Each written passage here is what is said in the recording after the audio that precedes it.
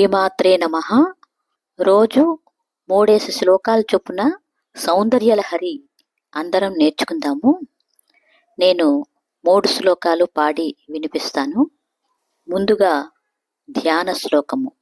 ఐంకార హ్రీంకార రహస్యయుక్త శ్రీంకార గూఢార్ధ మహావిభూత్య ఓంకారమర్మ ప్రతిపాదినిభ్యాం నమో నమః శ్రీ గురుపాదుకాభ్యాం.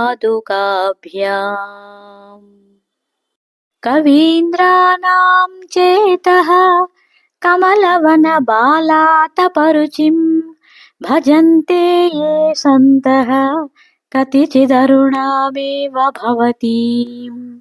విరించి ప్రేయస్యాస్తరుణతర శృంగారలహరీ గభీరాభిర్వాగ్భిర్విదధతి సతాం రంజనమమీ.